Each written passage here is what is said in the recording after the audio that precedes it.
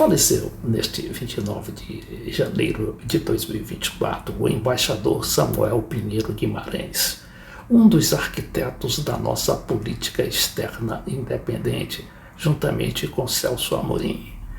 Samuel era um incansável batalhador e não se eximia de participar da imprensa nanica, como a nossa pequena TV comunitária do Distrito Federal, onde ele atuava como debatedor e como analista.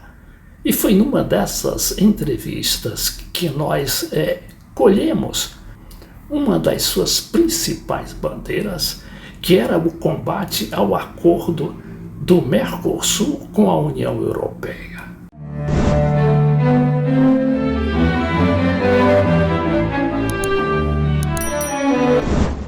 Eu peguei aqui essa entrevista com Samuel Pinheiro Guimarães, no nosso blog Café na Política, juntamente com o Beto Almeida. O Beto Almeida estava acabando de retornar de uma reunião da Comunidade de Estados Latino-Americanos, juntamente com a União Europeia, em Bruxelas.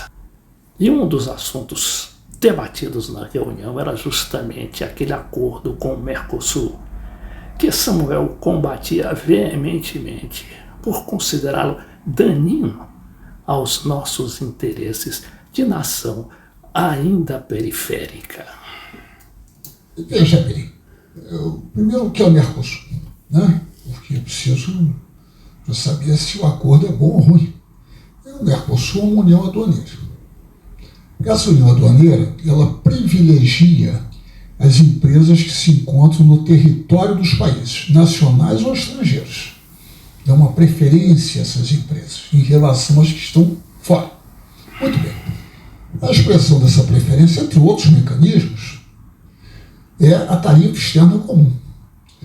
Um acordo entre a União Europeia e o Mercosul eliminaria a tarifa externa comum para a União Europeia.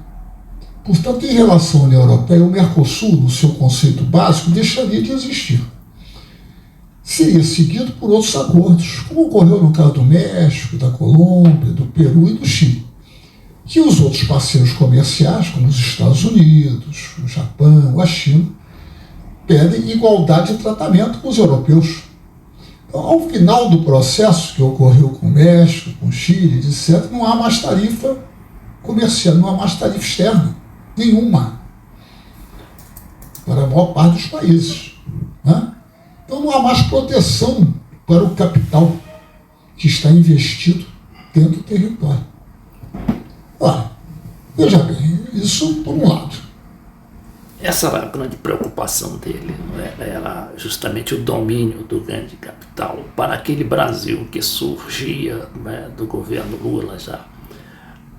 A época dessa entrevista foi 24 de junho de 2015. A Dilma estava ali nos estertores de seu segundo mandato, e para ser deposta logo depois em 2016, em maio de 2016. E Samuel era ali quase que uma voz solitária, na defesa do país contra aquele acordo que ele sempre considerou muito prejudicial à nossa economia e à própria América Latina. Nós digamos que o que nós ganharíamos com isso? A tarifa média europeia é muito baixa, 3,5%. A nossa é 12%, a tarifa externa comum podendo ser mais alta em caso de necessidade. Então, ao assumir o compromisso de levar a zero as tarifas, os europeus saem de 3 para 0. Nós saímos de 12 aplicado, mas na realidade tarifas de 35, como é o caso dos automóveis, para 0. Ora, isso será muito mais vantajoso para eles do que para nós.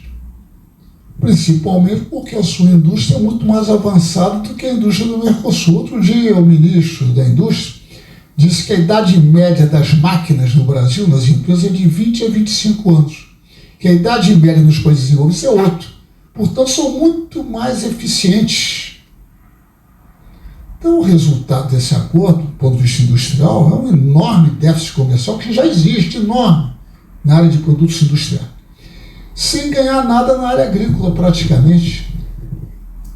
E hoje isso é o que nós temos, mas isso faz parte de uma política mais ampla, né? Uma política neoliberal, né? Em curso. Esse assunto, para os telespectadores em geral e os nossos internautas também, é um pouco árido, né? Porque é difícil entender. Mas resumindo isso, né? Trocando em miúdos, isso significa o seguinte: a volta pura e simples ao neoliberalismo, ou seja, as velhas privatizações, né?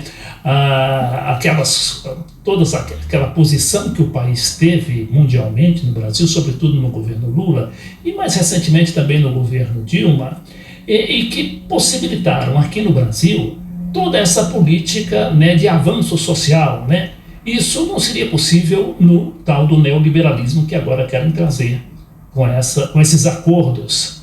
Então, Beto, eu gostaria agora que você dissesse para a gente como é que você sentiu o clima, né, de aproximação da Europa com a América Latina justamente nessa reunião. Bom, muito obrigado primeiro ao convite, cumprimento seus telespectadores, embaixador Samuel Leite Filho. Creio que essa reunião de cúpula da União Europeia com a CELAC, ela tem um formato diferente que inicialmente vale a pena destacar. A América Latina já negocia em forma de CELAC, organizada por meio de uma comunidade econômica latino-americana e caribenha, na qual não fazem parte nem os Estados Unidos nem o Canadá.